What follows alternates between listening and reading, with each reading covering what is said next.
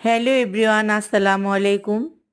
অনেক দিন পর সকালে ছাদে যাওয়ার সুযোগ হলো, যেহেতু সমুদ্রের পরীক্ষা চলতেছিল, তাই ছাদে যাওয়ার সুযোগ হয়ে ওঠেনি। গিয়ে দেখি গাছ বাগানের অবস্থা খুবই খারাপ। যেহেতু শীতকাল চলে যাচ্ছে, গাছগুলো পরিচর্যা করতে হবে।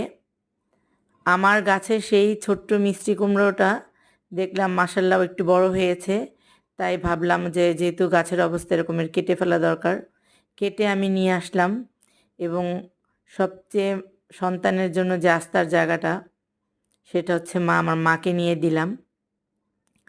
আমরা ৩ বোন ১ ভাই। সেদিন ভাইয়ের বাসায় আমাদের সবার দুপুরবেলা ভাবি আমাদের খাওয়া দাওয়া করতে বলেছে, তা ভাবির অনেক আয়োজন ছিল।